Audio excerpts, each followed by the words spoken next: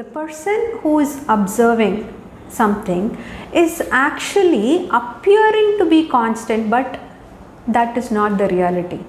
You need not hold on to anything rigidly internally, but just act based on the situation of the need of the hour. Very similar to how a doctor operates on a patient, he looks at the OCT or whatsoever. So that fluid nature is what that is going to help one relieve themselves from all their personal baggage and enjoy this worldly life. A warm welcome to one and all. This is Nirupama representing Bhagavad Mission. Today the topic of discussion is trying to know who I am. This who am I is a very famous topic that anybody entering spirituality would finally end up thinking of as to who one is. It's one of the very interesting topic to know as well, and everybody is curious to know. So many great people have tried to interpret as to who they are, who we are all are, and all that. So let us see as to what Bhagavad Mission has on these lines. Bhagavad Mission specializes on mind science, and this is one topic which is inevitable that we need to discuss when we need to know as to how the mind works. In fact, its root as to where the mind is rooted onto. So for us to understand who am I, the very important word here is I. And where does this I originate? The I originates with every single thought a person has. Only when a thought is unfolded, the feeling of I am having this thought, I am experiencing this, I am witnessing this, I see this, I want this, everything comes with a thought. So the very word I is very closely connected with thought. And without a thought, you cannot have this I feeling. So now, because this I is very closely connected with thought, we have to go in and see as to how thought works or how thought operates. And so it becomes very essential for us to see as to how mind is designed, because it is in the mind that the thoughts arise. So let's get into as to how the mind works. The mind works on 4 different levels. The first level, wherein it cognizes with whatever is happening in the external moment. It just reflects the external moment with the help of the various senses. And secondly, it also, the first level is where, like, it's very much like a chat box trying to give you multiple options. It's a catalog of various permutation combination. For example, if I were to go to a hotel, the hotel waiter would offer me various menu items. Of the various items, the person who has come over for the dinner or the lunch can choose some based on the need of the hour, like based on their appetite or based on their likes and dislikes and all that. So the decision maker is the second level of operation, which is done by the intellect. See, mind by itself is very subtle in nature, so identifying and tagging areas would be very difficult. But on a gross level, we try to group various functionality. So one of it being the chattering mind or the conscious mind, which just predominantly does the job of perceiving the external environment through various senses, and then given a situation, it tries to come up with various permutation combinations, like in the case of the eat out that we just discussed. And now let's say, and let me take another example. Now let's say I have a vacation and I am planning to see where exactly I can go, and now my conscious mind would come up with various ideas as to you can go here or you can go to a hill station, or you can go for a beachside vacation, or you can go over to your parents' place and spend some time with your parents. Likewise, Okay, but of the various decisions, the intellect picks and chooses one of them. And later, given a situation after this process, the second process is where the intellect does further more analysis. It churns the data, it compares it with the past, it analyzes, pulls out various inferences and all that. And the whole process of the cognition and the analysis, tagging, recognizing, cognizing, all this happens in a field called as the mind field. And the mind field is the potential field which does the providence. Now for example, I have a 100 kg object which weighs for 100 kg, and let's say I have to lift it. I have to make a decision to lift that, and then the necessary strength to lift the 100 kg weight is provided onto the physicality of the action. Now let's say if I just like that cannot lift a 100 kg weight, but there are a lot of people who are trained on the Olympics to just lift that. How is it that they are able to do that? Because they are trained not only physically but also mentally. Okay. It is also a case wherein this area of the mind field is more specific or more personalized from person to person. It is very much the property of that particular person. This can be literally compared to physical and chemical properties of the elements in the elementary tables, some of which might be common, some of which might be different. So to my nature, my characteristics in my mind field can be different from that of other person. So based on that, every single experience that is generated in the mind field would produce an emotion, and this emotion can get categorized into three broad areas. I can either develop a like to the experience, I can develop a dislike to a situation, and I can be neutral to whatever I am experiencing. So when this happens, so basically now we have cognized something, we have tried to interpret something, and now we are also developing an emotion. Throughout this process, there is a perceiver, there is a person who is observing this throughout. It's so fast that you cannot differentiate one from the other. It is like so churning, dynamically churning, that, and so quick that you cannot identify them separately. But this is how it happens. It is very much like how a car goes through an assembly line, wherein, like, you know, in the first stage you have certain exteriors being fitted, and in the last stage probably the exteriors. In the first stage probably you can have the engine, and then few other internal parts, and then the wheels can be fitted in the other the following assembly line, and then the steering and the seats, and then finally the external cabins and all that. So likewise, the mind, in a flash of a second, it perceives, it interprets, it compares the data with the past, throughout it generates an emotion. It happens in a jiffy. And there is an observer throughout. Okay, this observer observes something, and let's say, okay, I see this. Oh, I see this dosa in front of me. I see this cake in front of me. And then it compares it with the past data and says that I ate this cake last week in that particular bakery and it tasted better than this. So this is when it compares it with the past data. Okay, and I also liked it. So this is better than this. So the current experience is compared with the previous experience, and so there is an emotion of like. And so in this particular case, okay, the person who is observing something is actually appearing to be constant, but that is not the reality. The experiencer takes the shape of the experience every other time that the experience is happening. So now let's say something happy situation is there and I'm experiencing this, then I see myself as somebody who observes a happy situation.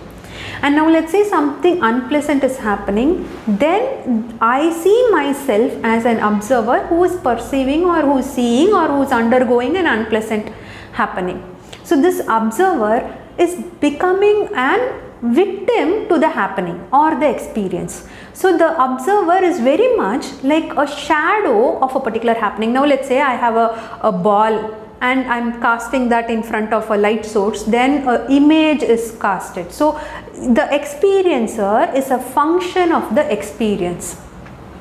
So that said, the experiencer has no control over the object that is put forth or the source of the light that is that together, the object and the source of the light together are casting a shadow. Similarly, here the nature of the self or the nature of the mind field along with whatever is received from the external source, both put together and create an experience, and that experience or that emotion is what somebody is undergoing or experiencing.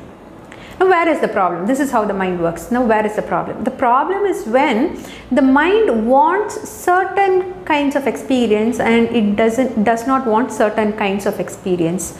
So that is when the experiencer thinks that he likes. So because this mind field is more different from person to person, for any given situation, different people can react differently. Now let's say there is an unpleasant stuff kept near me, or let's say there is an insect around me, then based on my nature or my characteristics, I can either develop a liking towards the situation or a disgusting feeling towards this particular situation. I might want to get rid of this particular insect that's around here. So because this response is varying from person to person, it becomes more like I am having this particular situation. So it is now the I gets prominence here and the I wants to change it. However hard the I wants to change a given situation, it cannot, because it is just a function of the experience. Whatever is there, it just sees as what has occurred. See, there is no permanent nature of that particular experiencer. So whenever an experience is there, it becomes a function of that, it becomes a victim of that, it becomes a perceiver of that. But on its own, it has no standard set of likes or dislikes or characteristics or whatsoever you say. To give you an example for this, okay, let us take our tongue for example. Now the tongue by itself helps you recognize whatever is placed onto it. Now let's say I keep something that is sweet, the tongue recognizes the sweetness of the stuff that is placed onto it, and let's say I eat something bitter or whatever the taste is, then the tongue helps you recognize that. But when nothing is placed onto it, you hardly recognize the taste of the tongue. So too, the nature of the I is projected only when there is an experience. When there is no object that is projected, you can hardly recognize this. For example, now let's say I have a torchlight and I cast this light onto some object. I am able to recognize that. Now let's say I cast it on the sky wherein there is hardly any object in between, not even dust particles, then I don't get to see my light source anywhere. It is just getting dissipated onto something. So the light needs an object for it to be reflected on. So all that you get to see is only a reflection wherein you cannot see the original source. Just like as to how you don't know as to what is the taste of your tongue, so too until unless an experience is happening, you don't know anything about this sense of I. This sense of I is not projected. It is very much like a screen onto which, where like now let's say in a movie theater you go and you watch something on top of, on a screen. It is actually a plain blank screen. But with the visuals and with the darkness all around it, you get to see objects projected, and once objects are projected, it seems pretty live, but what is being projected is just on top of a screen. So too, your internal self has a nothingness, and onto this nothingness is where, like, you know, every signal is getting projected and you are getting conscious of this signal.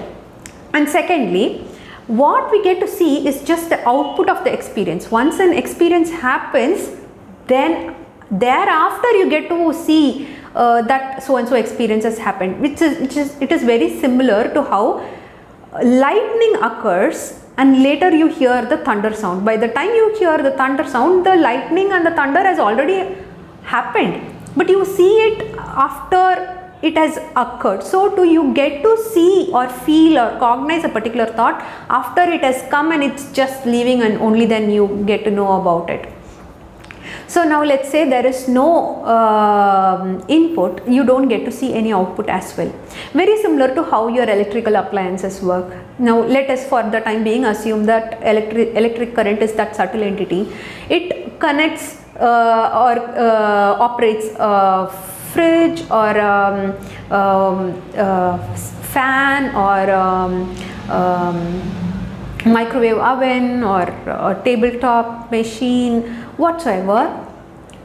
The output is just a function of the characteristics or the design of that particular manual, okay, but using what has got projected out, okay. You cannot define the input, that is the source electricity cannot be found just by how a mixie operates or a fridge operates or a fan operates. So you cannot traverse backward and say that okay, this is my output, so my input should be something like that, because the input is massive and what is projected out is 1/n of the infinity.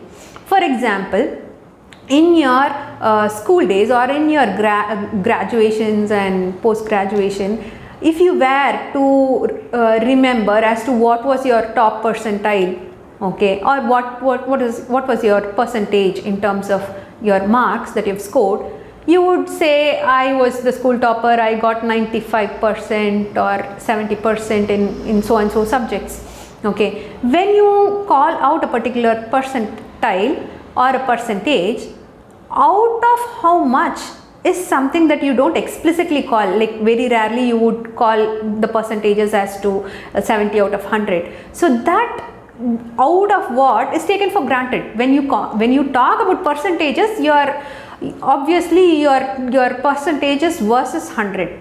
So too, when you perceive something, the perceiver takes the shape of what is perceived. When you interact with your parents, then you take the shape or the form of a son or a daughter or whomsoever, and you interact. So based on that experience, you take a particular form or a shape. You give yourself 5% or 10% based on that particular situation. The same self, when you are interacting with your children, you take a totally different form and you give another nth from your infinity.